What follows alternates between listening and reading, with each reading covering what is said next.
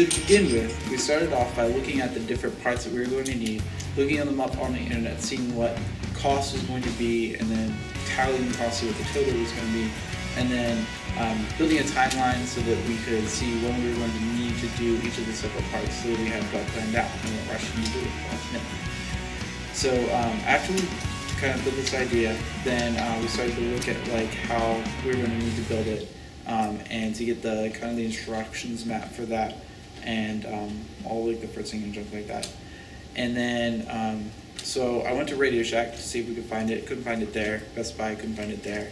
So we've ended up having to go online and get it from a online source and have it shipped to us.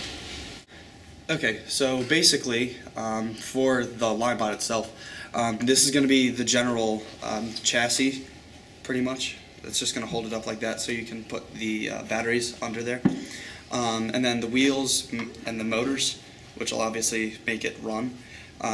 These smaller red pieces will just hold the motors in place so they don't wobble when it's running. The nuts and bolts will pretty much just hold everything secure throughout running. These kind of gold pillars, if you want to call them that, will just hold the two parts of the chassis just separated. This ball will pretty much just hold up the front of the chassis just to stabilize it. The battery pack, which will allow us to plug the battery into and charge and work the Arduino board. And then our wires for connecting our sensor to our Arduino and stuff like that.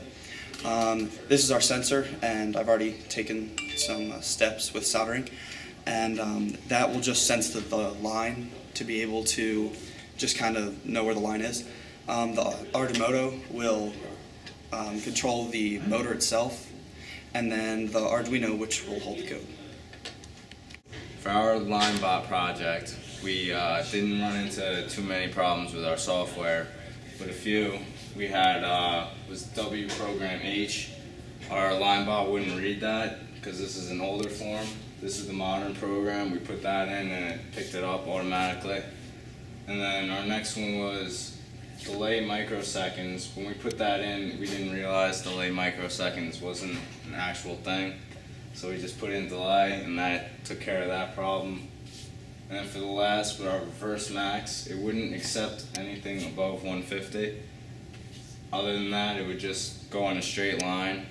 But if we put anything under 150, it would pick it up and actually start working, making those more precise turns. Other than that, our project is good. Okay, so this is a finished Linebot. Everything screwed on there. Unfortunately, there were some design flaws in my group's robot that prevented it from functioning exactly the way we wanted it to. So keep going.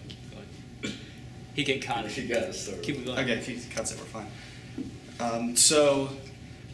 The finished product just kind of shows you how everything's really put together. You have your battery pack that'll plug into the Arduino board that will allow it to calibrate and just kind of function. Have the motor on the underside and the ball bearing that'll just kind of keep it stable. All of the pillars under here that hold these apart from each other. If you look under here, you can see all the wires that were brought through here because they were not long enough to fit all the way around.